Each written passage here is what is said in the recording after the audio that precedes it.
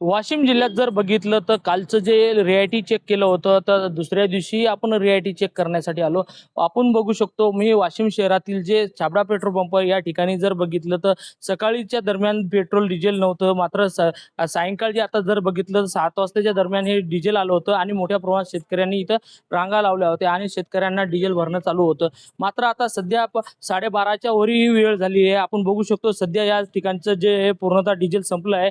त्यामुळे आता सध्याच्या परिस्थितीत जर बघितलं तर या पेट्रोल पंपावर जर बघितलं तर सुखसुकाट दिसून येते आणि एकही शेतकरी इथं हजर नसल्याचं चित्र आहे.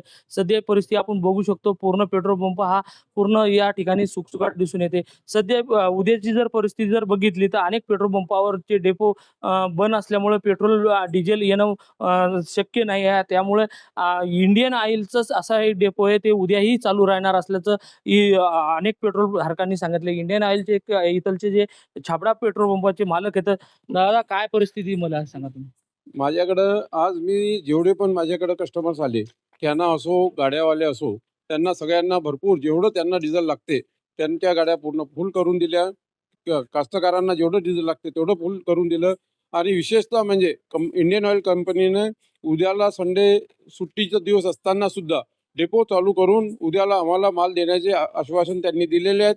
आणि उद्या माझी पण गाडी वापस जाणार आहे डेपोला आणि उद्या सकाळी माझी गाडी भरून वापस येईल.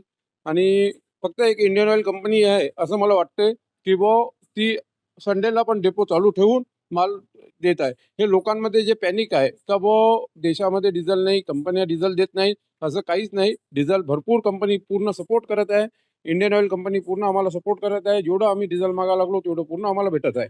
असं कोणाला मी आव्हान करू इच्छितो कास्तकारांना का कोणत्याही प्रकारचं पॅनिक न करता सगळ्यांना डिझेल भरपूर आहे.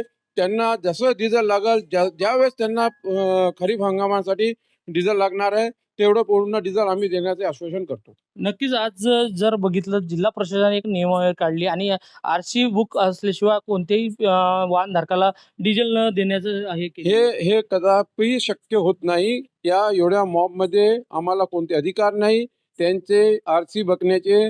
आणि कारण की आम्ही त्यांना डिझेल देऊ, पैसे घेऊ का त्यांचे आरसी बुक पाहू. बरं आरसी आज कोणाला पण कुठं पण हे असं मीडियामध्ये नाही. आज कास्तकार जो सकाळपासून लाईनीमध्ये उभा राहिलेला आहे आणि तो नेमका त्याचा नंबर आल्यानंतर त्याला आम्ही म्हणू का तुझं आरसी बुक दाखव, कारण शक्यच नाही आहे. कारण की त्यांनी काही आरसी तसं काही आव्हान केलेलं नाही शेतकऱ्यांना आणि ते काही त्यांनी ते तयारीत आलेले नाहीत.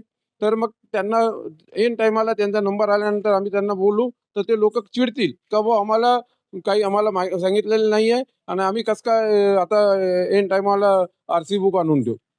नक्कीच अनेक शेतकऱ्यांना आरसी बुक बद्दल कल्पना नसते आणि नंबर लागल्यानंतर जर इथं पेट्रोल पंपावर आल्यावर त्याचं आरसी बुक विचारणंही शक्य होणार नाही. तसेच जर बघितलं तर उद्याच्या दिवशी अनेक डेपो या ठिकाणी बंद असतात आणि त्यामुळे पेट्रोल पंपावर पेट्रोल येणं मुश्किल होणार आहे. तसेच जर आता जर परिस्थिती बघितली तर म्हणजे उद्याच्या फक्त इंडियन ऑइलचंच पेट्रोल इथं डिझेल उपलब्ध होणार आहे. कॅमेरामॅन सचिन राणेसह विठ्ठल देशमुख, TV9 मराठी, वाशिम.